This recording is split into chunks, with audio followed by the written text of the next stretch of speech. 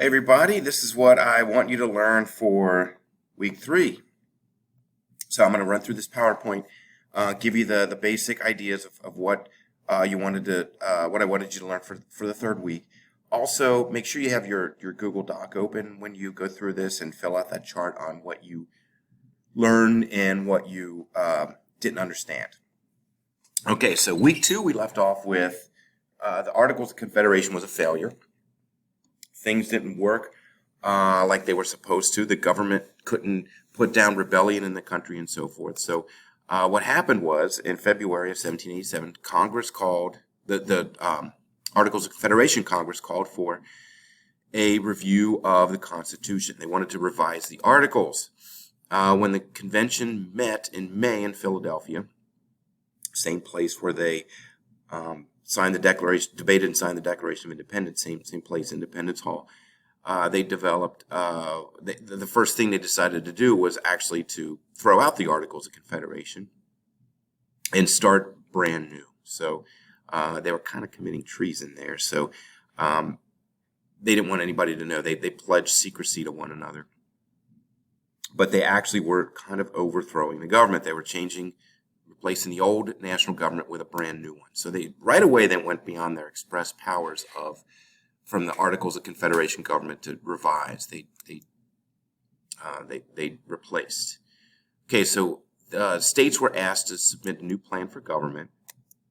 2 competing ones were the Virginia plan and this Virginia. Notice there's no West Virginia then. It was one big state. It was the largest state, most economically powerful, and large as far as population and in geography. So, and there was little states like New Jersey. So the Virginia plan, Virginia said, let's base the new legislature of the national government on population. The more population your state has, the more delegates you get to send to the legislature. New Jersey said, hold on a second. How about we do what we did in the Articles of Confederation, which was an equal representation per state. So each state could send 3 delegates or 2 delegates or 1 delegate, whatever we decide on. You can see why New Jersey would not like the Virginia plan, because they're always going to be outvoted then by Virginia, because their population is way smaller than Virginia's. And Virginia doesn't like the New Jersey plan because they say, wait a minute, why should us as a state who are very powerful economically, we have large population, why should we have the same amount of influence as New Jersey?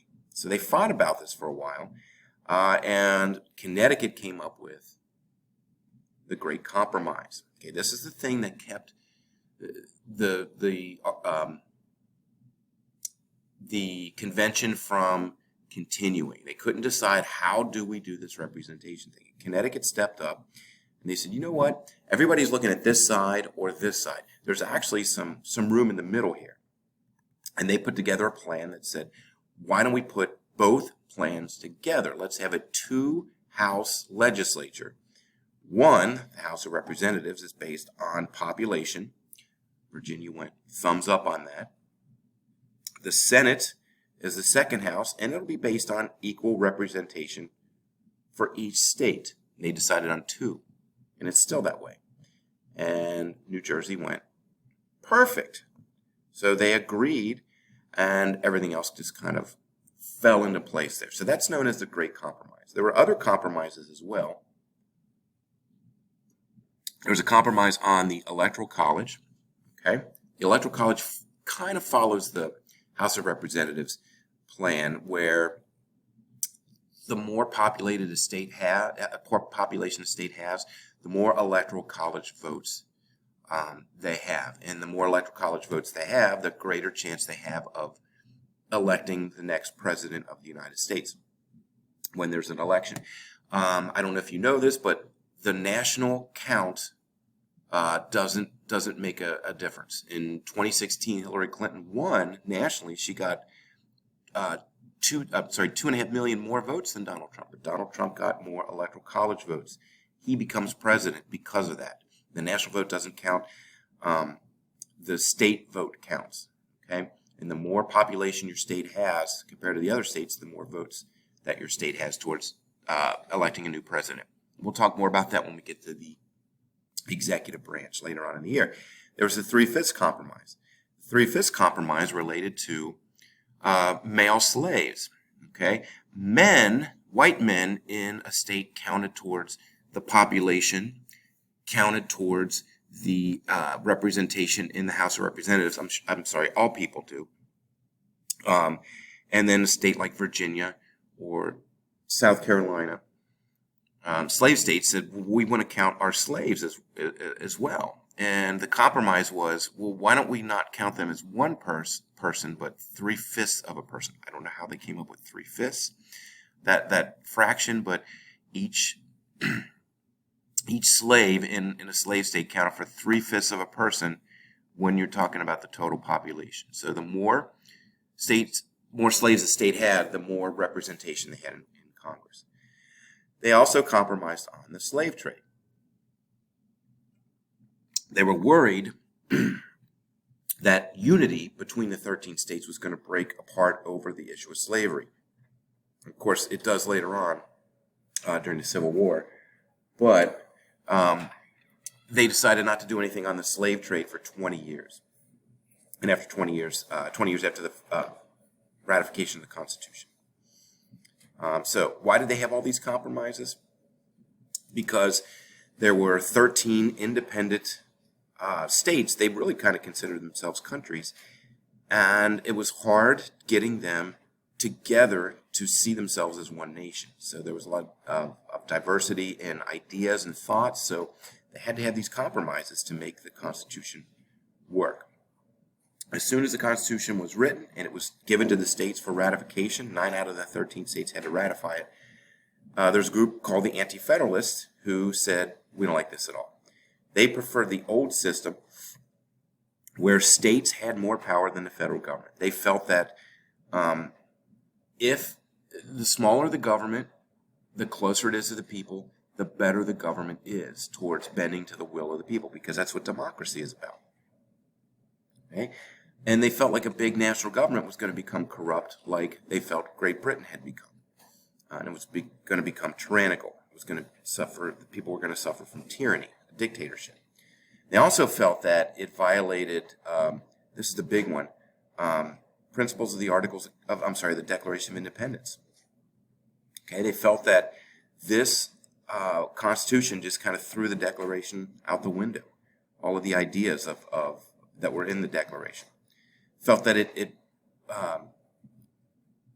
hurt political stability, and it hurt federalism. They saw those two as the same thing. We have federalism is the relationship between the states and the national government, who gets what power. And they felt like under the Articles of Confederation, it was fairly stable, even though it might not have been working too well. Now,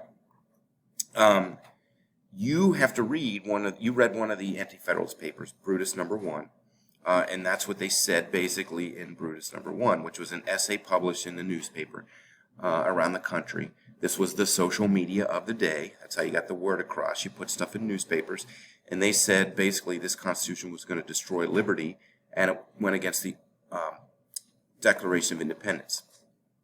Okay, a group of people led by James Madison, Alexander Hamilton, and John Jay, wrote a series of essays called the Federalist, and they published those in newspapers. And they really published them in New York because they felt New York was a key state.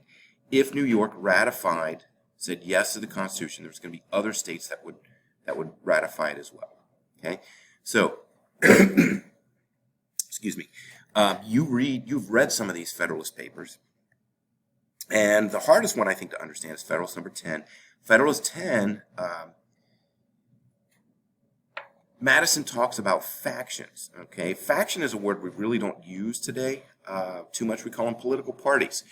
Okay, he said because we're such a big country, and we will become even a bigger country, there's going to be so many competing political ideas out there that there's not going to be a permanent majority. The majority is always going to change. Therefore, you're not going to have a large group always saying this is what government is going to do. This is what the laws are. and trample on the rights of the political minority. And he was right, because we have political parties. The two big ones are the Democrats and the Republicans, obviously. And think about the House of Representatives in the last 15 years. How many times it's changed hands between who is the dominant party, the majority party. It's gone from Republican to Democrat to Republican back to Democrat in the last 16 years, actually. So he was right, and that keeps things in check. When you have one group of he called them factions, but political parties, when they compete for power, that's a good thing because it keeps one party from becoming dominant. And Madison also wrote about what he called the Enlightened Statesman. An enlightened statesman is somebody who always does the right thing for the country. He said, we're human beings. That's not going to happen. People will do things, politicians will do things that will favor themselves over the nation, or favor their state or their city over the good of the nation. So that's why we'll have these competing political parties. It will stop that behavior from becoming dominant over the government. And they would define that as a tyrannical government. Government suffers from tyranny against the people. Okay? All right. Hamilton wrote a famous one, Federalist number 70, and he wrote about the executive branch. People were very afraid that if we made an executive branch with a president, they would become like a king. And they would become a dictator like the King of England did, or like the Prime Minister of England did. He said, no. The president brings stability. We elect a president. It's not like a king or queen. You elect a president. The president is going to serve a 4-year term. And after 4 years, they have to go before the at least the electoral college again, and say, hey, am I doing a good job or not? And the president ensures accountability in government. The president is the one who carries out the laws. The executive branch carries out the laws. It makes sure that the laws that are passed by Congress are followed by the people.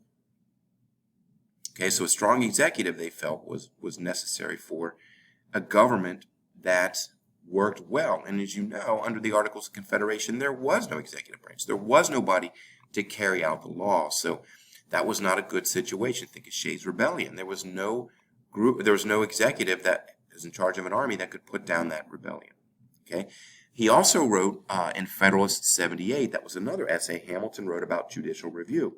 He said, as a last resort, judges can declare laws unconstitutional. If the president signs a law that takes away people's rights, say the right to free speech or to practice their religion, the Supreme Court can step in and say, no, that violates the Constitution. That's unconstitutional, and that throws that law out. It gets rid of that law. He said that's another way to bring balance and stability to our government, and it's going to keep it from becoming tyrannical. Okay, so these branches, they basically in the Federalist Papers, they wrote about these branches and how they would coexist. They would dilute power, political power, governmental power between these branches, and when you dilute power, it keeps one group from jumping up or one person from jumping up and taking the rest of the power. There's this balance. And it, like we said, as a last resort, there's the judicial branch can step in and say, the government has stepped beyond its power. Okay? Now, the last thing you need to understand is the principles of the Constitution. You had an assignment where you looked at these principles and then you found current event articles that illustrate these principles. Okay? Popular sovereignty. I'm just going to run through these. These are fairly easy to understand. Okay, popular sovereignty. Sovereignty is the right of a government to rule. The people are the ones that determine what power the government has. We, the people, are the first 3 words of the Constitution. That's what popular sovereignty is. We elect the President of the United States. We elect our senators and our representatives and our governor. That's all popular sovereignty. Okay, republicanism is an idea that the people elect the leaders, and that's what a republic is. It's a government where people elect the leaders, and if we don't like what the leaders are doing, we can elect somebody else. Okay, federalism is the relationship. We have a whole chapter on federalism, the relationship between the state and the federal governments. Who has what power? As you know, Ohio issues driver's licenses. We don't have a national driver's license law, but only the federal government can declare war. Okay, these powers are spelled out individually between the governments in this idea of federalism. Individual rights. Okay, that's what the Bill of Rights is all about. Your rights as a person. We're going to spend a lot of time talking about your individual rights, your right to free speech, your right to assemble, your right to practice your religion without government interference. Okay, that's key. Limited government. Our government can only do what it says in the Constitution. The power of the government is limited by what's written down in the Constitution. It can't go beyond that. And if it goes beyond that, the Supreme Court can step in and do judicial review and say, nope, that's beyond government power. Checks and balances and separation of powers. Those are key things to keeping one branch from becoming more powerful than the other branches. It keeps balance in the government. Okay? Hopefully you learned all that. If you didn't this week, please let me know. I can re-explain things to you in office hours, or just send me some emails and I can clarify it that way.